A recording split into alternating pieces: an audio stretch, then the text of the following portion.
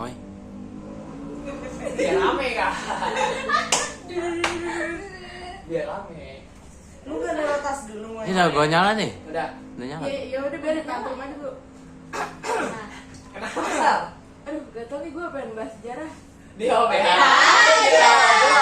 Aduh, iya nih benar.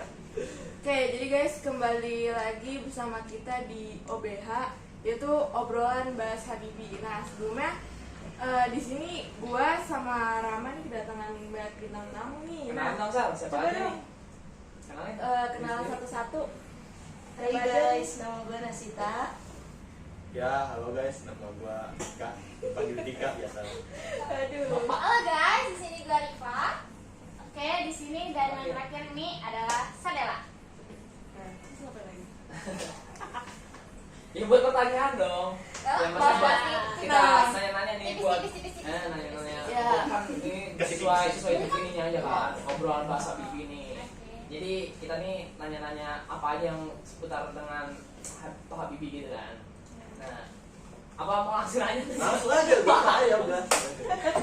Aduh, Udah gak sabar. iya bener. Udah gak sabar banget kayaknya ya. Gaskin tuh. Oke Nisa, kita tanya aja kali ya. Nah, Boleh. pertanyaan pertama itu bagaimana sih Habibie itu bisa lengser di masa jabatannya? Oke, ini nanya bagus ini. Kenapa? Makin semangatnya udah belum aja tuh. Makin saya Udah kaget kan? Oke. Kenapa? Jadi tadi pertanyaannya kenapa Pak Habibie ini bisa lengser dari jabatannya? Iya, kenapa tuh? Alasannya tuh ya karena Pak Habibie ngadain jajak pendapat atau referendum pada masyarakat Timor Leste pada saat itu. Dia tuh pengen merdeka, pengen pisahin diri dari Republik Indonesia di tahun 99. Dan kan pada saat itu Timor Leste kayak mau ngeberontak lah ke pemerintah RI, bahkan sampai ada bentrok atau pertumpahan darah antara TNI dan masyarakat sipil Timor Leste. Nah melihat itu Pak Habibie nggak mau melihat pertumpahan darah lagi nih kepada sesama masyarakat yang senegara. Jadi ya diambillah jajak pendapat ini atau referendum. Ada dua pilihan buat masyarakat Timor Leste pada saat itu, mau tetap jadi bagian dari NKRI atau memisahkan diri. Dan hasil dari referendum ini tuh ternyata masyarakat Timor Leste mau misahin diri. Hasil itu jadi ya Pak Habibie ini ya oke, kalau misalnya mau berpisah dari NKRI ya silahkan, itu juga hasil voting kalian kan, harus lepaskan dari situ. Dan pada saat yang bersamaan mahasiswa pada saat itu ngecap Pak Habibie ini tuh nggak bisa jalanin amanah reformasi yang padahal di tahun sebelumnya baru aja dimulai. Dan pada tanggal 13 November tahun 99 MPR ngadain tuh sidang istimewa buat mintain pertanggungjawabannya Pak Habibie ini. Nah, Pak Habibie ngasih pertanggungjawabannya ke MPR dan akhirnya ditolak sama MPR. Dan disitulah Pak Habibie lengser dan digantikan presiden oleh Gus Dur dengan wakilnya Bu Megawati. Singkatnya seperti itu. Oh, jadi Pak Habibie tuh berarti lengser gara-gara dia misahin Timor Leste dari Indonesia. Ya itu. Salah satunya gitu ya. Ya. Jadi MPR kesel gitu ya. Kesan MPR tuh marah besar. Aduh, ngambek kan ya. Mahasiswa udah MPR marah dikomporin mahasiswa. Oh enggak. Iya benar. Nah, nih kita ada pertanyaan lagi nih buat Nasita. Aduh. Nah, Sikat. kan kita pas zaman Pak Habibie memerintah tuh pasti pada nggak tahu kan kayak Pak Habibie ini wapresnya siapa sih? Nah, menurut Nasita tuh siapa dah wapresnya Pak Habibie? Setahu gue sih karena dulunya kan Pak Habibie ini menjabat sebagai wakil presidennya Pak Soeharto. Tapi karena Pak Soeharto tiba-tiba mengundurkan diri, Pak Soeharto langsung mengangkat Pak Habibie untuk jadi presidennya. Karena negara kita ini sifatnya demokrasi dan waktu itu belum ada pemilu, jadi Pak Habibie ini pengangkatannya itu dianggap kontroversial karena langsung dipilih oleh Soeharto tanpa melalui pemilu. Makanya selama dia menjabat sebagai presiden, dia nggak punya wakil presiden yang dipilih oleh masyarakat langsung. Jadi Pak Habibie itu berarti bisa dibilang dia nggak punya wapres. sendiri gitu. Ya sendiri. Bedakan ya. Hebat ya. Hebat banget. Hebat ya, langsung ngomong Negara negara sendiri ya. Asia sih. Lanjut Sar. Lanjut. Lanjut lah, Ram. Oke, Gimana sih? selanjutnya gantian nih pertanyaan Sadela nih. Boleh, gue pengen nanya nih. Jadi apa saja sih pencapaian Pak Habibie itu selama menjabat sebagai presiden? Ya, kalau yang gua tahu sih itu yang pertama tuh dia kayak menguatkan nilai tukar uang gitu, nilai tukar rupiah terhadap dolar Amerika Serikat. Terus yang kedua tuh dia dapat memulihkan keadaan sosial setelah kejadian tahun 98. Terus yang gua tahu tuh yang terakhir tuh dia tuh kayak menjadi presiden pertama di era reformasi. Itu aja sih yang gua tahu. Oke. Ya. Lanjut Sar. Nah, nih pertanyaan selanjutnya kita ada pertanyaan nih buat Andika lagi nih. Aduh. Apa tuh? Apa tuh? Deg-degan ini ya.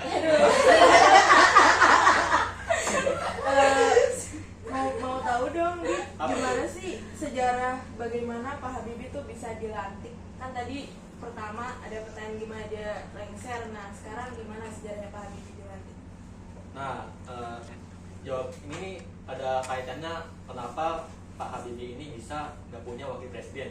Ya karena tadi itu Soeharto itu dilengserin sama mahasiswa karena ketidakpercayaan mahasiswa terhadap Soeharto untuk mengendalikan bangsa negara. Pada saat itu kan terjadi krisis tuh 98, krisis moneter. Di mana-mana bahan makanan, bahan pokok serba mahal lah. Jadi yang awalnya rupiah itu sekitar 7 ribuan atau 6 ribu melonjak dalam satu hari itu juga jadi 15 ribu atau 16 ribu. Nanti itu kan membuat masyarakat kaget ya karena kejadiannya secara mendadak begitu, bukan bertahap. Jadi atas mahasiswa pada saat itu merespon tuh kenaikan harga itu. Selain itu mahasiswa juga juga ngedesak Soeharto untuk mundur jadi presiden karena nggak ada kebebasan berpendapat yang dikasih gitu sama pemerintahnya Presiden Soeharto. Itu jadi alasan kenapa mahasiswa pada saat itu ingin menggulingkan Presiden Soeharto. Dan setelah mahasiswa ini ngedudukin gedung DPR kan yang 98 tuh sampai banyak yang naik tuh ke atap, atap itu. Dan pada saat itu Pak Soeharto yang nggak mau konfliknya itu jadi lebih berlanjut atau bahkan sampai pertukaran darah kepada sesama bangsa tanah air. Jadi ya di 13 Mei tahun 98 Pak Soeharto membacakan keputusan pengunduran diri jabatan presiden dan ya akhirnya pada saat itu Pak Habibie sebagai wakilnya mau nggak mau naik jadi presiden menggantikan jabatannya Pak Soeharto. Oh iya, ada kaitannya juga ya tadi sama yang dibahas Mas Sinta. Penjelasan Andika cukup jelas ternyata ya. Iya, jelas banget. Jelas banget ya. Oke, kita lanjut ya. Nah, dari tadi kan ngebahas tentang apa sih masa jabatannya ini apa sih Pak Habibie kan. Nah, sekarang gantian nih kisah cintanya. Gantian, gue ini pengen nanya ke Rifa, bagaimana sih kisah cinta Pak Habibie dengan Ibu Ainun itu? Pengen tahu ya, pengen tahu. Mau tahu dong. Itu masa pada nggak tahu sih kisah cinta Pak Habibie sama Mbak Ainun sih. Ya Cuma gimana yang di TV kan ada. Iya. Ada filmnya ya? Iya, ada filmnya. Filmnya 1, 2, 3 tuh ada 3 versi itu. 45 nggak ada. Enggak. Kebanyakan dong, Iya. kebanyakan bikin seri sendiri kan. Bu Ainun, Pak Habibie sama Bu Ainun tuh ketemu pas masih sekolah nih di Bandung. Terus dia temenan gitu. Ainun, kalau Bu Habibie tuh Ainun tuh terkesan semangat, kecerdasannya tuh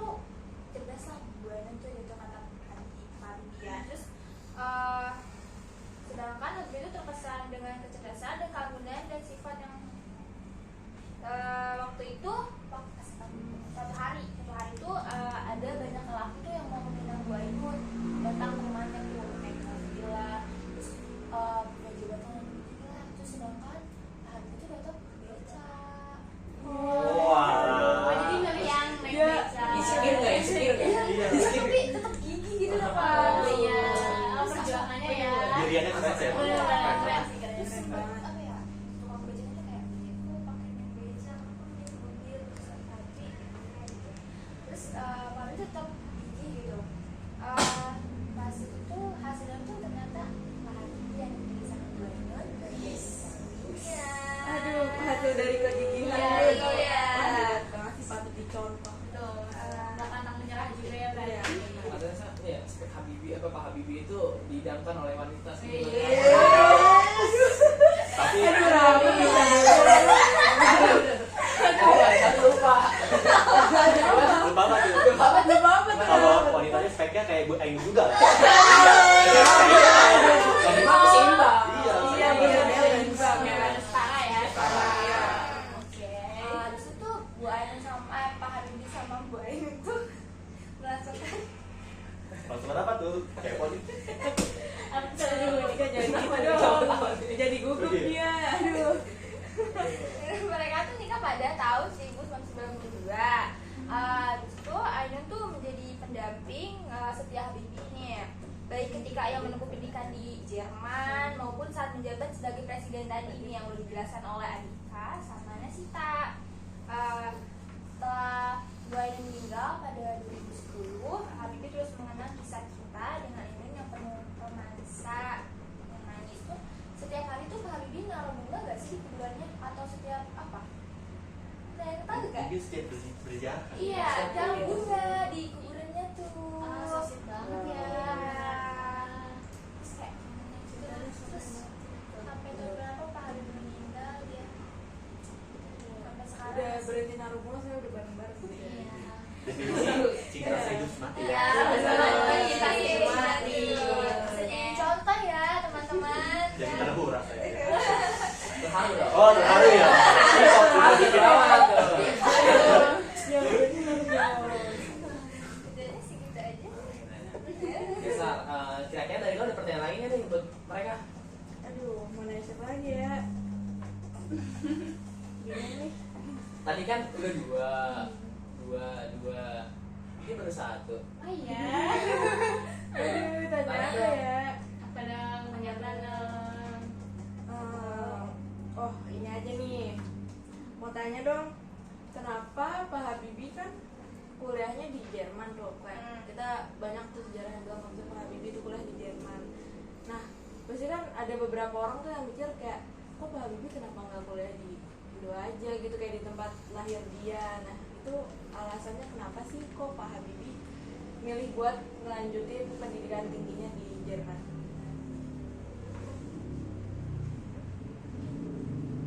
Dia udah cari. Oh, ini. Nih, bisa nih aku yang jawab ini. Oh, mungkin.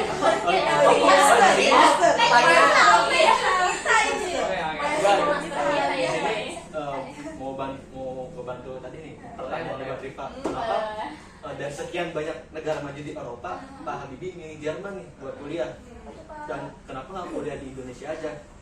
Jadi kan Pak Habibie ini kan sebelum dia berkuliah di Jerman itu kayak udah tertarik banget lah sama dunia dirgantara atau dunia penerbangan tuh. Nah jadi kenapa Pak Habibie nggak ambil kuliah di Indonesia aja? Karena pada saat itu kalau jika dibandingkan nih kualitas pendidikan di Indonesia sama di Jerman di dunia penerbangan itu masih maju yang ada di Eropa. Jadi itu jadi alasan kenapa Pak Habibie lebih baik kuliah di luar negeri. Dan kan hasil dari kuliah Pak Habibie di luar negeri ini kan bisa diajarin gitu di Indonesia, yang otomatis membuat pendidikan penerbangan di Indonesia itu ikut maju juga kan. Nah terus kenapa harus negara Jerman gitu? Padahal ada Prancis, Inggris, Spanyol Iya, kan benar. banyak kan Betul. maju, negara maju semua tuh. Kenapa tuh, Dik? Berapa tuh? Apa tuh? Jadi Jerman ini kalau di dunia penerbangan dia tuh sedikit lebih maju dari negara lain. Kenapa bisa gitu? Contohnya pas kita tarik mundur waktu pas Perang Dunia Kedua kan. Pada saat itu kan Jerman tuh ngelawan sekutu kayak Inggris, Amerika gitu. Dan pada saat itu Jerman dia tuh pakai teknologi pesawat jet pertama gitu. Sekutu pada saat itu masih pakai pesawat tempur baling-baling. Nah, sementara Jerman udah pakai mesin jet duluan. Itu kan menggambarin betapa majunya teknologi dan pengetahuan penerbangan Jerman pada saat itu. Nah, mungkin itu bisa jadi alasan Pak Habibie kenapa dia dimilih negara Jerman buat kuliah tentang dirgantara. Karena dia selangkah lebih maju daripada negara yang lain. Oh, jadi gitu ya. Nanti kan dan lagi-lagi nih menjelaskannya cukup Kayak Detail ya, detail sekali ya Detail ternyata. banget nih. Ada pertanyaan lagi nggak, Ram? udah bingung nih kayaknya jelasin juga udah lama nih. Udah lama Dia ya? udah panggilan dia. Kayaknya mau podcast ke tempat lain deh. Udah numpuk job desk. Job desk-nya udah numpuk ya menjadi host. Udah. Aduh. Kalau tadi tanya, kita udah aja Jadi nih. macam bingung ini mau closing ini kayak gini. Sama-sama bingung kita jadi. Iya, Aduh. Oke. Oke, Sa. Oke. Oke, apa Udah tadi? bingung ya itu Sa. Terima kasih banyak nih Ya. buat para narasumber yang udah mau datang gitu kan ke acara Ya. podcast kita gitu kan ya. Mungkin kita bakal podcastnya sampai di sini aja gitu kan. Kalau mau durasi lebih panjang ya podcast aja lah sendiri lah. Dan nggak mungkin ada part 2 ya. Iya, nggak mungkin ada part 2 Iya, ya. ada tugas akhir sekolah. Ya udah kalau gitu ya mungkin nggak bakal ada see you next time lagi lah ya. Kita langsung goodbye aja ya. Oke. Dadah. Dadah. Dadah. Dadah.